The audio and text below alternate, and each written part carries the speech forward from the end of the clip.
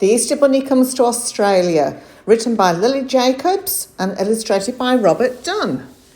Our story begins in a wonderful place with a boy named Jack and a girl named Grace. They'd moved to Australia and longed to explore, make friends, have adventures, and many things more.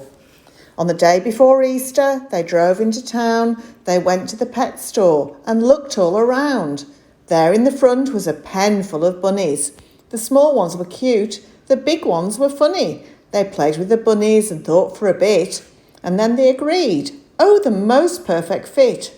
The littlest bunny with a flippity hop, he's the one, they decided. Let's call him Flop. So Flop joined the family that bright autumn day. The littlest bunny was now home to stay.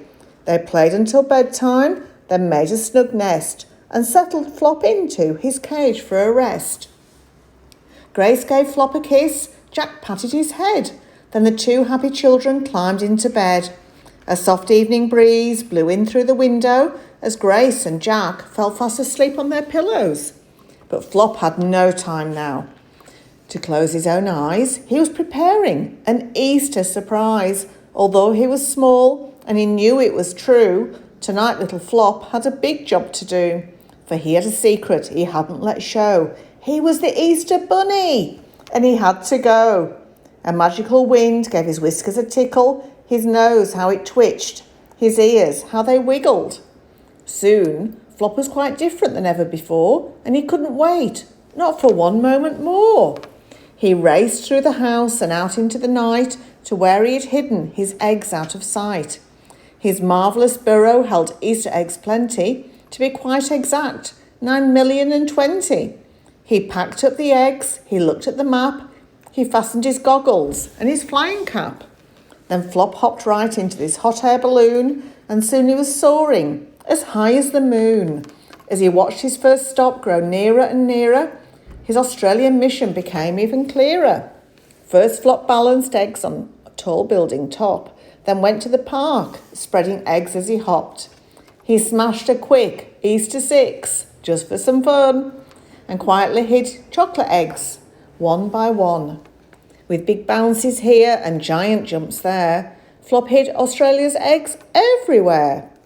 He flew to the east and to the south, west and north. He crisscrossed the country. He raced back and forth. Sydney, Melbourne and Brisbane got treats. Then Adelaide, Perth and Darwin were complete. Canberra, Hobart, the long list went on. Flop was delivering eggs until dawn. Finally, Flop found his very last stop. He came to your house with a bounce and a hop. And there he delivered his Easter surprises, chocolate eggs of all shapes and sizes. And when he had finished, he stopped for a rest. Yes, surely this Easter was one of his best. The morning sun rose on that bright Easter day, and Grace and Jack both woke up early to play. And when they went over to find their friend Flop, the door was wide open. His cage was unlocked. There were eggs to discover for Grace and for Jack, but now Flop was missing. They had just wanted him back. They looked under their beds, they looked all around, but their new bunny friend just couldn't be found. Then from the garden came a faint tap, tap, tap. They rushed and they stumbled. It had to be him.